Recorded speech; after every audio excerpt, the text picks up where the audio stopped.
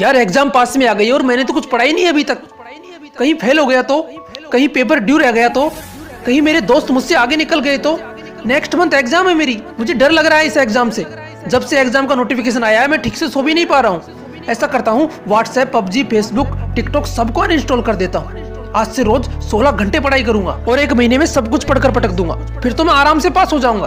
कुछ ऐसा ही चलता है ना तुम्हारे दिमाग में जब एग्जाम का नोटिफिकेशन आता है, क्योंकि तुमने पूरे साल पढ़ाई नहीं की। तुम्हें पढ़ाई बहुत हार्ड लगती है क्योंकि तुम्हें Facebook, Instagram, WhatsApp, TikTok, PUBG बहुत इजी लगता है। सुबह देर तक सोना इजी लगता है, बिस्तर में लेटकर मोबाइल से पढ़ना इजी लगता है। तुम्हारा पूरा साल इसी में निकल जाता है कि कल पढ़ूंगा, शाम से पढ़ूंगा, मंडे को एक टाइम टेबल बनाऊंगा, फिर उससे पढ़ूंगा। कोचिंग खत्म हो जाएगी उसके बाद पढ़ूंगा, ठंड कम हो जाएगी तब पढ़ूंगा, गर्मी कम होगी तब पढ़ूंगा, कल से जल्दी उठकर पढ़ूंगा, रात को लेट तक पढ़ूंगा, एग्जाम के 1 महीने पहले पढ़ूंगा, एग्जाम का नोटिफिकेशन आएगा तब पढ़ूंगा। पास होने से तो मुझे कोई रोक ही नहीं सकता।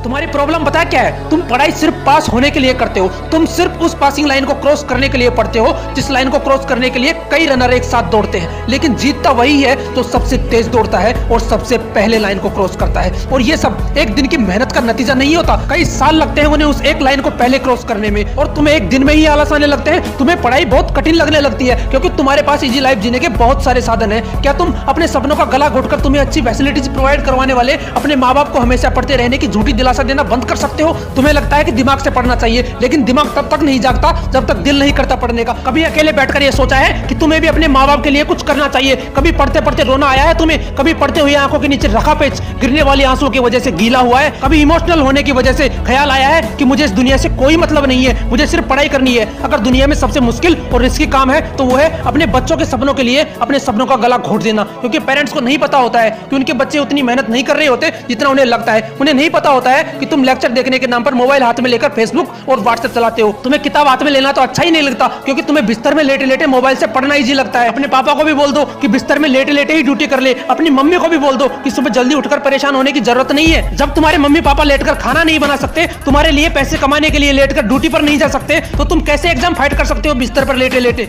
तुम पूरा साल ऐसे ही निकाल देते हो, फिर सोचते हो कि 1 महीने पढ़कर ही एग्जाम फाइट कर लूंगा, इंपोर्टेंट क्वेश्चन करके ही अच्छे नंबर ले आऊंगा, और जब रिजल्ट आता है तो या तो पेपर ड्यू रह जाता है या सीधा फेल हो जाते हो। वो कहावत तो आपने सुनी होगी ना, वो आग लगने से पहले खोदा जाता है बाद में नहीं। यार तुम्हें पास होने के लिए नहीं, टॉपर बनने के लिए पढ़ना है, और एग्जाम से 2 दिन पहले या 1 महीने पहले पढ़कर तुम टॉपर नहीं बन सकते। तुम्हें आज ही से पढ़ना पड़ेगा। मैं जानता हूं तुम्हारे पास एक्सक्यूज बहुत सारे हैं। तुम सोच रहे होंगे कि एंटरटेनमेंट भी तो जरूरी है, मोटिवेशनल मूवीज तो देख ही सकता हूं। तो सुन, असली मोटिवेशन खुद की तकलीफों और दर्द से आता है, खुद के आंसुओं से आता है। जब सीने में एक आग होती है, बहुत बड़ा पागलपन होता है, एक जिद होती है कि साला मरते दम तक भी मेहनत करना नहीं छोड़ूंगा, अपने माँ बाप को 1 बार नहीं 1000 बार प्राउड फील करवाऊंगा। अब ज्यादा सोचो मत, मेहनत आज ही से करना शुरू कर दो ताकि जिस दिन एग्जाम का नोटिफिकेशन आए तुम्हें एग्जाम से डर ना लगे। मिलते हैं नेक्स्ट वीडियो में एक नए मोटिवेशन के साथ। जय हिंद, जय भारत।